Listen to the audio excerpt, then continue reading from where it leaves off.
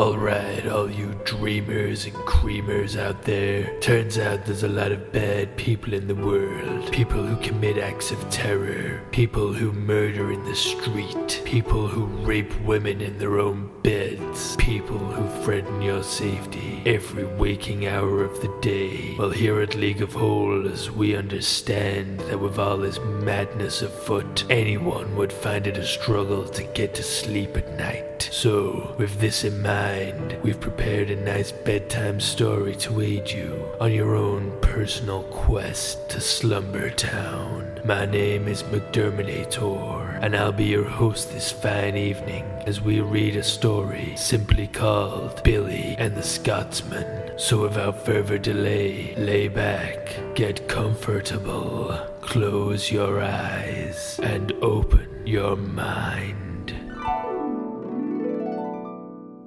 200 years ago last Thursday, Billy was taking his dog for a walk. Billy was a sweet boy who had been granted his canine companion by his parents who loved him ever so dearly. They lived together in a house on top of a hill, with tall trees of green occupying the surrounding landscape, alone, secluded. It was on this historical day that Billy and his dog stumbled across his beloved parents at the bottom of the hill, their bodies cold and their necks twisted in a most peculiar fashion. It was then that Billy's grandfather moved into the house on top of the hill to claim guardianship over the poor young boy. But Billy's grandfather was a cruel man. "You're no grandson of mine, Billy," he said, as he forced Billy down the basement stairs.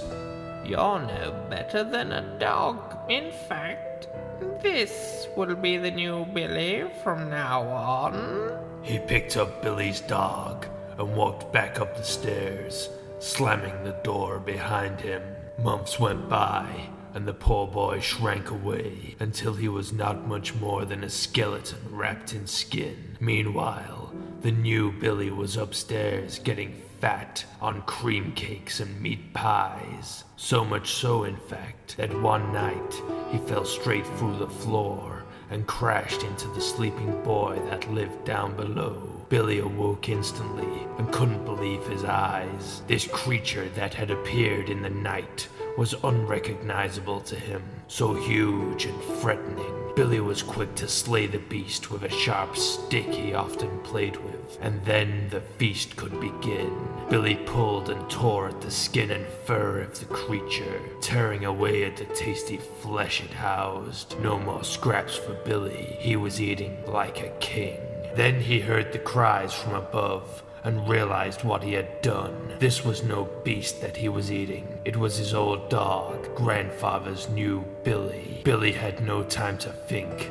His grandfather had already made his way to the basement door. He smashed open the door and peered around the room. "Ah, there you are, Billy. Well, come along. You don't want to be down here all night. You might bump into that vile little boy." Even more months went by, until one stormy night there was a knock at the door. Billy's grandfather answered. "Yes? Who's out there stumbling around in the dark?" "Just a man who needs to get out of this rain. I'd gladly pay you for the use of your roof and a place by your fire." Billy's grandfather could never turn away from the prospect of making money.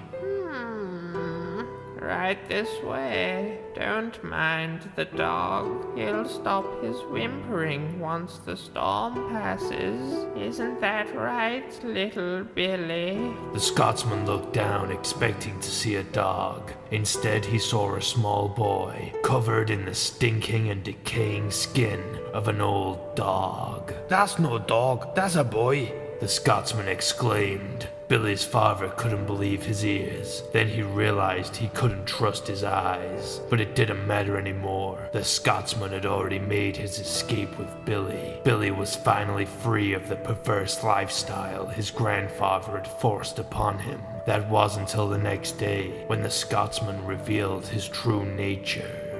"When I first saw you, Billy, I could tell you were in trouble, and all I wanted to do was help. But now that we've got you out of that rotten dog's coat, I can see how smooth you are. So smooth, Billy. Billy wasn't sure what the Scotsman was talking about. They had shared a strange drink not half an hour prior, and it was starting to make Billy's head hurt. Billy didn't know what was happening, but he knew it was bad. He got up and sprinted back to the only place he knew. Back to the house on top of the hill. Back to his grandfather. Billy climbed the hill as fast as he could. He didn't dare look back, but he knew the Scotsman was close behind him. He reached the top of the hill, ran over to the house, burst through the front door, and saw the swinging legs of his grandfather. Billy turned slowly as the Scotsman stepped into the room, his broad, muscular physique filling the doorway. Well, Billy, looks like you're my wee doggy now, he said as the door closed behind him. And that was the last that anyone ever saw of little Billy. Well, wasn't that a fantastic bedtime story? I hope you all enjoyed this video, and if for some reason you are still awake at this point, you could hit the like button. It would be appreciated very much. Or, even better, you could subscribe to our channel. We've got a full anthology of bedtime tales that we want to share with you. So if you like this story, there's a lot more on the way. But anyway, it's much past my bedtime, so I'm going to hit the hay. And to all of you who watch this video, sweet dreams.